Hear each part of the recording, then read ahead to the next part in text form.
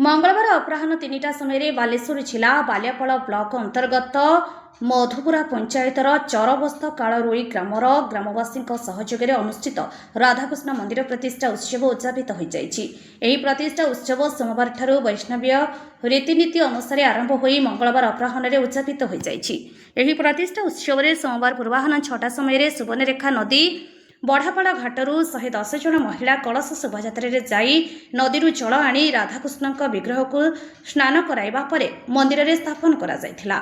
विभिन्न मठ और मंदिर महंत और सनातनी बाबाजी मानक द्वारा मंदिर में राधाकृष्ण विग्रहर प्राण प्रतिष्ठा करा जाई मंदिर में पूजार्चना एवं 14 गोस्वामी सेवा करा परे मंदिर प्रतिष्ठा कार्य समापन होइथिला। पंचरुखी श्री चैतन्य मंदिर पूजक अमूल्य दास, सिमुलिया श्री श्री राधा गोविंद जीव मठ महंत बैरागी दास, बाबाजी लक्ष्मीधर दास, बाबाजी अद्वैत्य दास, कलमा मठ महंत राधाकृष्ण दास प्रमुख उपस्थित रही वैष्णवीय रीतिनीति मंदिर प्रतिष्ठा और विग्रह प्राण प्रतिष्ठा कार्य समापन करथिले। परे एही दिन पूर्वाह्न 12:30 रसुलपुर श्री चैतन्य नाम संकीर्तन मंडली द्वारा अष्टप्रहर नाम संकीर्तन यज्ञ आरंभ होई मंगलवार अपराह्न नाम संकीर्तन शेष हेबा परी हजार हजार भक्त महाआनंद प्रसाद सेवन करुथिले।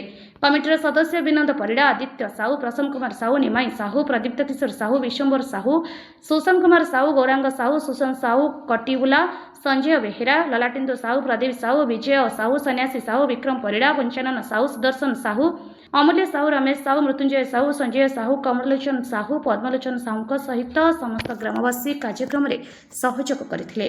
बालियापालरू कविता गिरी रिपोर्ट अपराह्न लाइव।